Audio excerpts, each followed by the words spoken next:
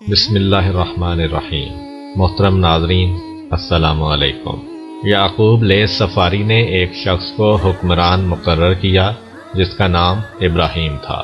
ابراہیم ذاتی طور پر دلیر اور شجاع انسان تھا، لیکن وہ انتہائی نادان تھا اور اپنی نادانی کی وجہ سے اس نے اپنی جان گنوائی تھی۔ سرما کا موسم تھا کہ وہی ابراہیم یعقوب لیث کے پاس گیا۔ یعقوب نے حکم دیا کہ میرے سرمائی لباس میں سے کچھ لباس ابراہیم کو دے دیے جائیں۔ ابراہیم کا ایک نوکر تھا جس کا نام احمد بن عبداللہ تھا۔ بظاہر احمد اس کا نوکر تھا، لیکن وہ حقیقت میں اس کا دشمن تھا۔ ابراہیم جب گھر آیا تو اس نوکر نے اسے کہا، کیا تجھے یہ معلوم ہے کہ یعقوب لیث جسے بھی اپنی پوشاک دیتا ہے اسے ہفتہ کے بعد قتل کروا دیتا ہے؟ ابراہیم نے کہا کہ مجھے اس کا کوئی پتہ نہیں ہے، اب بتاؤ ہمیں کیا کرنا چاہیے؟ احمد نے کہا کہ ہمیں بھاگ جانا چاہیے۔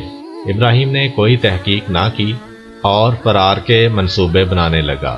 احمد نے کہا، جناب اگر یہ بات ہے تو میں بھی یعقوب لیث کے پاس نہیں رہنا چاہتا اور آپ کے ساتھ یہاں سے بھاگ جاؤں گا۔ احمد وہاں سے اٹھ کر تنہا یعقوب لیث کے پاس چلا گیا اور اسے کہا کہ ابراہیم کا ارادہ ہے کہ وہ یہاں سے فرار ہو کر سیستان چلا جائے اور وہاں جا کر آپ کے خلاف بغاوت کر دے۔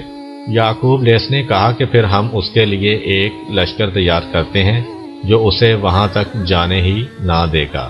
احمد نے کہا کہ آپ مجھے حکم دے دیں، میں اکیلا ہی اس کا سر قلم کر سکتا ہوں۔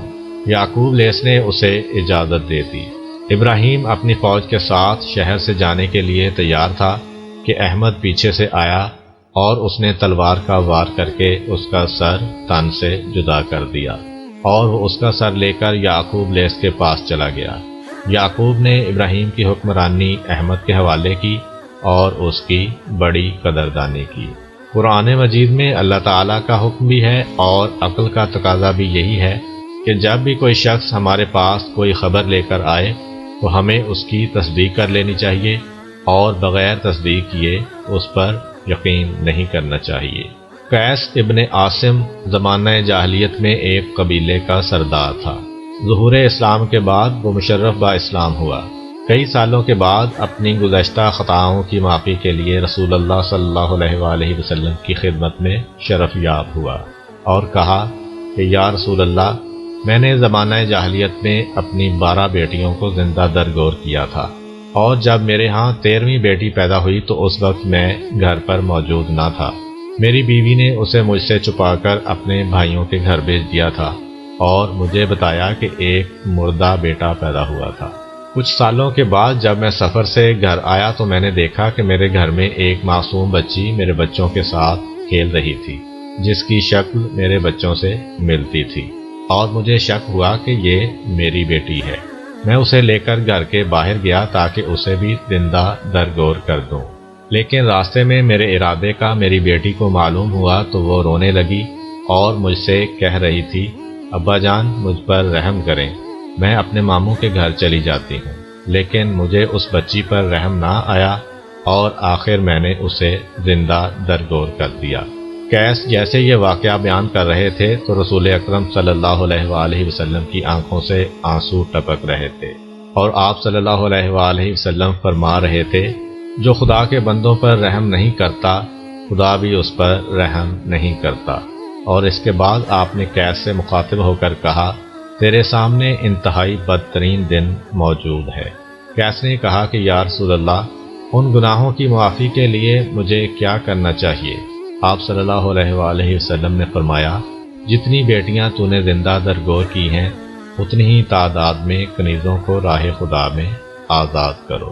قاضی ابو یوسف ہارون الرشید کی طرف سے سرکاری قاضی تھے۔ ایک دفعہ ایک خوبصورت شخص ان کی مجلس میں آیا۔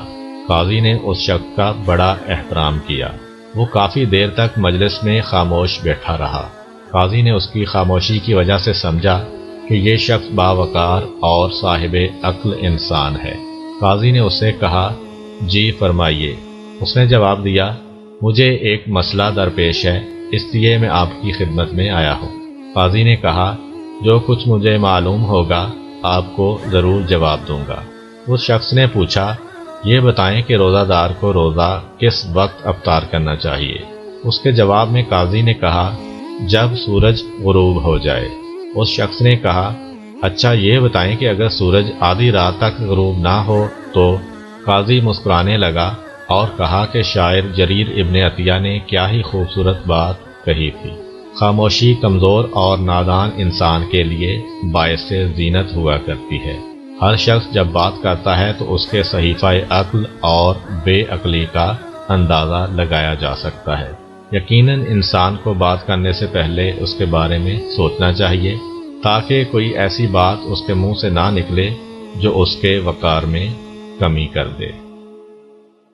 اگر آپ کو ہماری ویڈیو اچھی لگی ہے تو ویڈیو کو لائک کریں اور مزید اس طرح کی ویڈیوز دیکھنے کے لیے ہمارا چینل سبسکرائب کر لیں۔ ملتے ہیں نیکسٹ ویڈیو میں، اجازت دیجیے، اللہ حافظ۔